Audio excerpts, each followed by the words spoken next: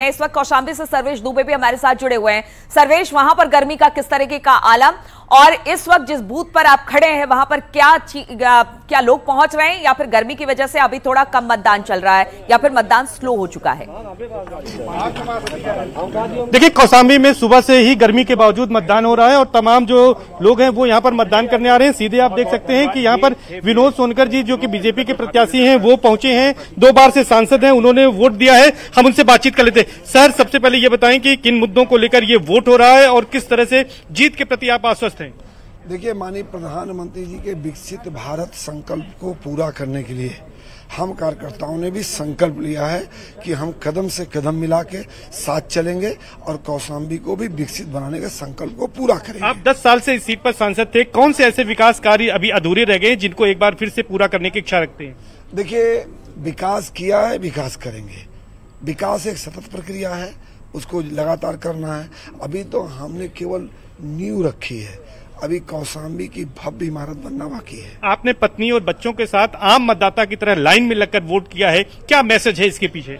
देखिए, हम सभी कार्यकर्ताओं का लालन पालन अंत्योदय में है, समाज की अंतिम पायदान। हम लोग सामान्य लोग हैं और सामान्य लोग सामान्य व्यक्ति की तरह काम मतदान किए हैं। इसमें कोई बड़ा काम नहीं है। ये केवल और केवल कुछ लोग दिखावे के लिए करते हैं। हम लोग सामान्य व्यक्ति हैं, सामान्य मतदाता हैं, सामान्य मतदाता की तरह अपना मतदान किए हैं। आपके लोकसभा क्षेत्र में कुल 5 विधानसभाएं हैं। 2 विधानसभाएं प्रतापगढ़ की कुंडा और बाबागंज है। तो राजा भैया, कितना बड़े फैक्टर होंगे इसमें? देखिए, मैं ये स्पष्ट कर दूं कि माननीय राजा भैया ने अपना कैंडिडेट नहीं लड़ाया, ठीक। और जब नहीं लड़ाया है तो निश्चित रूप से जब पूरे देश मोदी में है, पूरा देश राममय है, कौशांबी लोकसभा की चाहे सिरातू मंजनपुर राममय है, मोदी में है, तो कुंडा और बाबागंज भी मोदी और राममय है, इसमें कोई संशय नहीं। 5वें चरण का आज चुनाव हो रहा है। 14 सीटें यूपी मुझ पर हो रहा है। 400 पार की जो नारा था, इसके अलावा अगर बात करें तो आज अमेठी और रायबरेली में भी वोट डाले जा रहे हैं। क्या कहेंगे आप अमेठी और रायबरेली को लेकर? आज अमेठी में कोई राहुल गांधी परिवार का नहीं है, लेकिन खुद राहुल गांधी अमेठी से रायबरेली से ताल ठोक रहे हैं। देखिए, कितना दुर्भाग्यपूर्ण है। 137 साल पुरानी कांग्रेस के पार्टी का पूर्व राष्ट्रीय अध्यक्ष, जिसके घर में पीएम की श्रृंखला है, वो अमेठी से हारे तो नाइड वहां गए, वायनाड गए। अब वायनाड की जनता ने खदेड़ा तो रायबरेली आ गए। इस बार रायबरेली जनता फिर खदेड़ने वाली है। आपको क्या लगता है कि जीत के प्रति अपने कितना आश्वस्त है और जीत का मार्जिन इस बार कितना बड़ा होगा? जीत का हैट्रिक विनोद सोनकर जी लगाएंगे? हैट्रिक तय है, ठीक। और जहां तक जीत का आश्वस्त की बात है, 1 करोड़% जीतना तय है। और रही बात जीत अंतर, तीसरी बार मेरा जीत का अंतर 3 लाख पार। किसी भी पुरुष के जो है सफलता में महिलाओं का हाथ होता है। आपकी पत्नी भी, हम उनसे बात करेंगे। मैडम, सबसे पहले आप ये बताइए कि किस तरह से आपने चुनाव प्रचार किया और आज वोट आपने भी एक आम मतदाता की तरह दिया है। जीत के प्रति कितना आश्वस्त है? किस तरह से कैंपेन किया आपने? देखिए, मैं गई हूँ, सारी महिलाओं से मिली हूँ, घर घर जाके महिलाओं से मैंने बात की है। सबकी इच्छा जानी है, सबके मन की बात जानी। सब मोदी में इस बार जो विकास हुआ उसको लेकर खुश हैं। 100% हमारी जीत तय है। 100% जीत है। जरा आगे आइए। सक्षम, ये सक्षम है जो कि पहली बार वोट किए हैं, सांसद जी के बेटे हैं। किस तरह से आपने वोट किया है? आपके रोल मॉडल कौन है और कितना जीत के प्रति पिताजी के आप बिल्कुल आश्वस्त हैं? मैं 100% आश्वस्त हूँ कि पापा ही जीतेंगे और मेरे पॉलिटिकल आइडल मोदी जी है। मोदी जी हैं, उनके अलावा और कौन ही हो सकता है? पहली बार आपने वोट किया है? जी जी जी। तो एक जो लोकतंत्र में वोटिंग का राइट मिला है, वो एक बड़ा राइट है। तो कितना इसको लेकर आप उत्साहित हैं?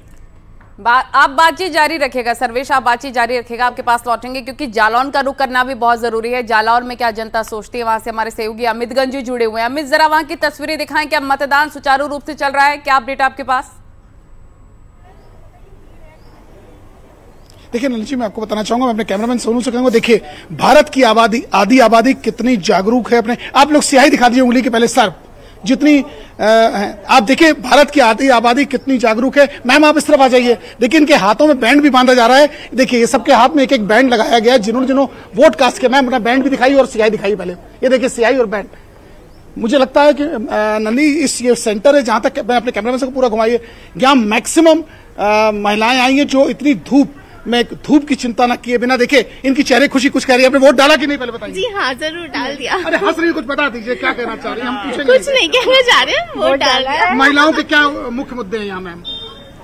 वोट डाला है, बस महिलाओं की सुरक्षा होनी चाहिए और पढ़ाई अच्छी होनी चाहिए बालिकाओं के लिए। मैं आप तक आऊंगा। मैम, आपने वोट डाला कि नहीं? डाला। क्या महिलाओं के क्या मुख्य मुद्दे हैं यहाँ? नहीं मालूम।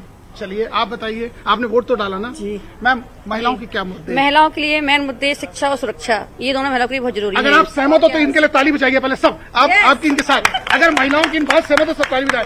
वोट सब कास्ट करने चाहिए कि नहीं मैम? आप अकेली आई, बाकी लोग नहीं, सब लोग आए। कब आएंगे मैम? आप पहले आ गई। आए हैं, सब लोग आए, बट गाँव में जाना, कुछ गाँव चले गए, आपको यहाँ छोड़ गए। नहीं, लेकिन वोट डालिए। मैम, आपने वोट डाला? डाला। दिखाइए, स्याही दिखा दीजिए। सब स्याही देखना चाहते हैं, हमारे करोड़ों दर्शक देखना चाहते हैं कि भारत की आधी आबादी वोट के लिए कितना जागरूक है। 5 साल। मैम, आपने वोट डाला? आप आगे आइए। ठीक है। आधी आबादी और प्रधानमंत्री नरेंद्र मोदी को भी हमने सुना और बाकी नेताओं को भी हमने सुना कि भाई महिलाओं का निकलना बहुत ज्यादा जरूरी है, उनका वोट भी बहुत ज्यादा जरूरी है। और आप तो कहते हैं कि नेताओं की किस्मत का फैसला आधा तो महिलाओं के हाथों में होता है। अमित, और इस वक्त राजनाथ सिंह वोट कास्ट करने के लिए पहुंचे हैं। राजनाथ सिंह को आप देख रहे हैं, रक्षा मंत्री राजनाथ सिंह लखनऊ से बीजेपी के प्रत्याशी, और इस वक्त अपना मतदान करने पहुंचे हैं। तस्वीरें हम आपको दिखा रहे हैं, लखनऊ से मतदान करने पहुंचे हैं रक्षा मंत्री राजनाथ सिंह, बीजेपी के कैंडिडेट, मजबूत प्रत्याशी। और सबसे बड़ी बात यह है कि पिछले बार भी उन्होंने जबरदस्त जीत हासिल की थी और इस जीत के साथ एक बार फिर से चुनावी मैदान में ताल ठोक रहे हैं राजनाथ सिंह। कुछ देर में उनका मतदान भी होगा। तस्वीरें मतदान केंद्र के अंदर से हम दिखा रहे हैं। तमाम गेस्ट भी हमारे साथ जुड़े हैं, उनका भी रुख कर लेते हैं। आलोक अवस्थी जी, प्रवक्ता भारतीय जनता पार्टी के, उनके पास चलेंगे। आप कितने आश्वस्त इस लखनऊ सीट की जो तस्वीरें हम दिखा रहे हैं फिलहाल उसको लेकर नजर आ रहे हैं? अमेठी की सीट हो गई, रायबरेली की सीट हो गई, तमाम हॉट सीट को लेकर आप कितने आश्वस्त हैं? जनता कह रही है कि बेरोजगारी बहुत बड़ा मुद्दा है, वो सॉल्व होना चाहिए, इसको लेकर भी आपका कॉमेंट। जी आलोक जी। निश्चित रूप से देखिए, अभी आपने जालौन से महिलाओं का इंटरव्यू लिया, उन्होंने कहा कि हम सुरक्षित महसूस करते हैं। ये बहुत बड़ी उपलब्धि है कि इस राज्य के अंदर जो एक पिछड़ा राज्य माना जाता था और जो है गुंडागर्दी चरम पे हुआ करती थी समाजवादी पार्टी की सरकार में, आज भाजपा की सरकार के अंदर उनमें भरोसा दौड़ा है। आज चारों तरफ विकास की गंगा बह रही है। हमने शिक्षा के क्षेत्र में, स्वास्थ्य के क्षेत्र में आमूलचूल परिवर्तन किया है। हर जिले में एक मेडिकल कॉलेज की स्थापना करी है। डिफेंस कॉरिडोर को हम यूपी के अंदर लेकर के आए जिससे यहाँ पे रोजगार बढ़े। आज 1 लाख से अधिक स्टार्टअप पूरे भारतवर्ष में, और तीसरा बड़ा इकोसिस्टम विश्व में जो है आज खड़ा हुआ है।